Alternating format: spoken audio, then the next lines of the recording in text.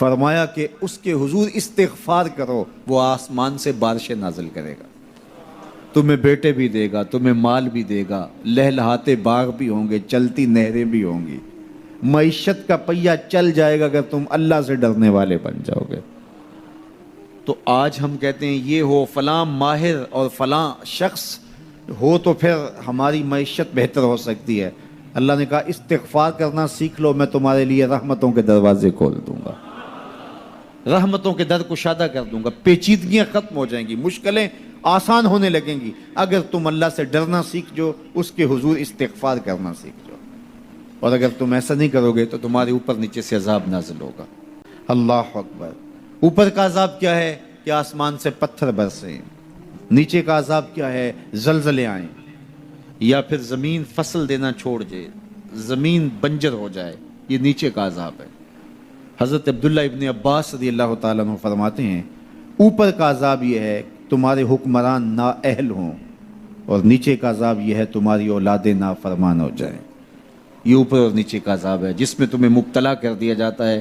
یہ کب ہوتا ہے؟ جب تم اللہ کے حکموں کے نافرمان ہو جاؤ۔ جب چند لوگ اللہ کے نافرمان ہو جاتے ہیں تو پھر ان چند لوگوں کو انفرادی اذیتوں میں اور مشکلات اور پیچیدگیوں میں مبتلا کیا جاتا ہے۔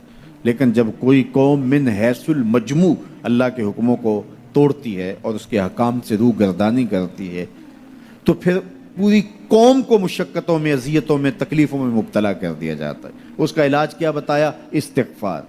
حضرت نوح علیہ السلام نے جو اپنی قوم سے کہا تمہیں مال بھی ملے گا، تمہیں دولت بھی ملے گی، تمہیں بیٹے بھی ملیں گے، سرسبز جو ہے وہ باغات بھی نصیب ہوں گے، ان کی شاخیں پھلوں سے لدی ہوئی ہوں گی، چلتی ہوئی نہریں اور برستی ہوئی بارش، ساون کے نچڑتے ہوئے بادل، اور ماحول کی خنکیاں اور خوبصورتیاں اور جمال اور لہلہاتے ہوئے سبزے، اور تمہارے اوپر ہر طرح کی عنایات برسیں گی اگر تم اللہ سے ڈرنا سیکھ جاؤ گے اور اللہ کے حضور استغفار کرنا سیکھ جاؤ گے، تمہیں خوشحال اور خوبصورت زندگی عطا کر دی جائے گی۔ اللہ اکبر۔ لیکن اگر تم ایسا نہیں کرو گے تو تمہاری معیشت تنگ کر دی جائے گی۔ استغفار کریں، تقوی کے خوگر ہو جائیں، شکر کرنے کی عادت ڈالیں۔ جو شکر کرتے ہیں اللہ تعالیٰ ان کو اور زیادہ عطا فرماتا ہے، دنیا میں بھی اور آخرت میں بھی۔ اس طرح دوسروں کی پریشانیاں دور کریں، اللہ آپ کی پریشانیاں دور کرے گا۔ بانٹنے کا مزاج پیدا کریں، آپ کے پاس جو بھی ہے بانٹ دیں، علم ہے تو بانٹیں، خوشیاں ہیں تو بانٹیں، آپ کے پاس دولت ہے تو لوگوں کے دکھ اس دولت سے دور کرنے کی کوشش کریں۔ جب آپ بانٹنا شروع کر دیں گے تو آپ کا رب آپ کو عطا کرنا شروع کر دے گا۔ یہ بات ہو نہیں سکتی کہ انسان کی زندگی میں مشکل نہ ہو۔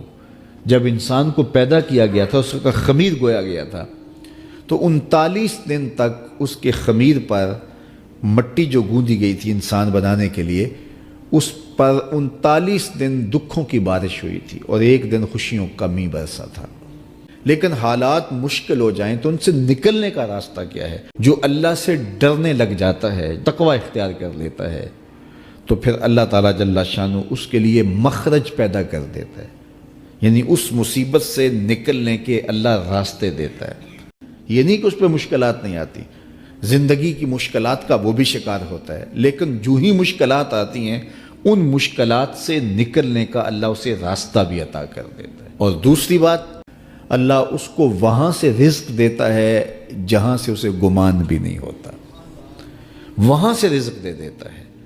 بندہ تو یہ کہتا نا کہ مجھے یہاں سے ملے گا، یہاں سے، ایک بندے کی منصوبہ بندی ہے، لیکن جو اللہ سے ڈرنے والا ہوگا اللہ اس کو وہاں سے رزق دے گا جہاں اسے گمان بھی نہیں ہوگا، خیال بھی نہیں ہوگا کہ یہ راستہ بھی حصول رزق کا ہو سکتا ہے۔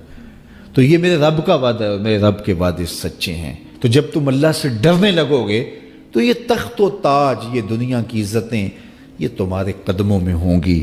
اس سے ڈرنے کا نتیجہ ہے جو تمہارا رب تمہیں عطا فرمائے گا۔ حضرت عمر رضی اللہ تعالیٰ عنہ کی خدمت میں ایک شخص آیا، اس نے کہا میرے ہاں اولاد نہیں ہے، تو آپ نے کہا استغفار پڑھا کرو۔ ایک دوسرا شخص آیا کہ صاحب بارشیں نہیں ہوتی، فرمایا استغفار پڑھا کرو۔ تیسرا شخص حاضر خدمت ہوا اور کہا کہ ہمارے ہاں قحط کا عالم ہے، فرمایا کہ استغفار پڑھا کرو۔ تو کوئی پاس بیٹھا تھا، اس کے اٹھ کے جانے کے بعد کہا کہ مختلف لوگ مختلف سوال لے کر آئے اور آپ نے ایک ہی جواب دیا کہ استغفار پڑھا کرو. تو کہا میں نے اپنی طرف سے تھوڑا دیا، یہ تو میرے رب کا فرمان ہے. کہا وہ کیسے؟ کہا سورہ نوح پڑھو. فَقُلْتُ اسْتَغْفِرُوا رَبَّكُمْ. حضرت نوح علیہ السلام نے اپنی قوم سے کہا کہ اپنے رب کے حضور استغفار کیا کرو. اِنَّهُ كَانَ غَفَّارًا. اس کا نتیجہ کیا ہے؟ جب تم استغفار کرو گے تو وہ تمہارے گناہ بخش دے گا. ایک تو فائدہ اس کا یہ ہوگا. وَيُرْسِلِ السَّمَاءَ عَلَيْكُمْ مِدْرَارًا. آسمان سے موسلادھار بارشیں بھی برسیں گی. وَيُمْدِدْكُمْ بِأَمْوَالٍ وَبَنِينَ. اور اللہ تمہیں استغفار کی برکت سے مالا مال بھی کر دے گا. وَبَنِينَ. اور تمہیں بیٹے بھی عطا کرے گا. وَيَجْعَلْ لَكُمْ جَنَّاتٍ وَيَجْعَلْ لَكُمْ أَنْهَارًا. تمہیں باغ بھی عطا کرے گا اور تمہیں چلتی ہوئی نہریں بھی عطا فرمائے گا.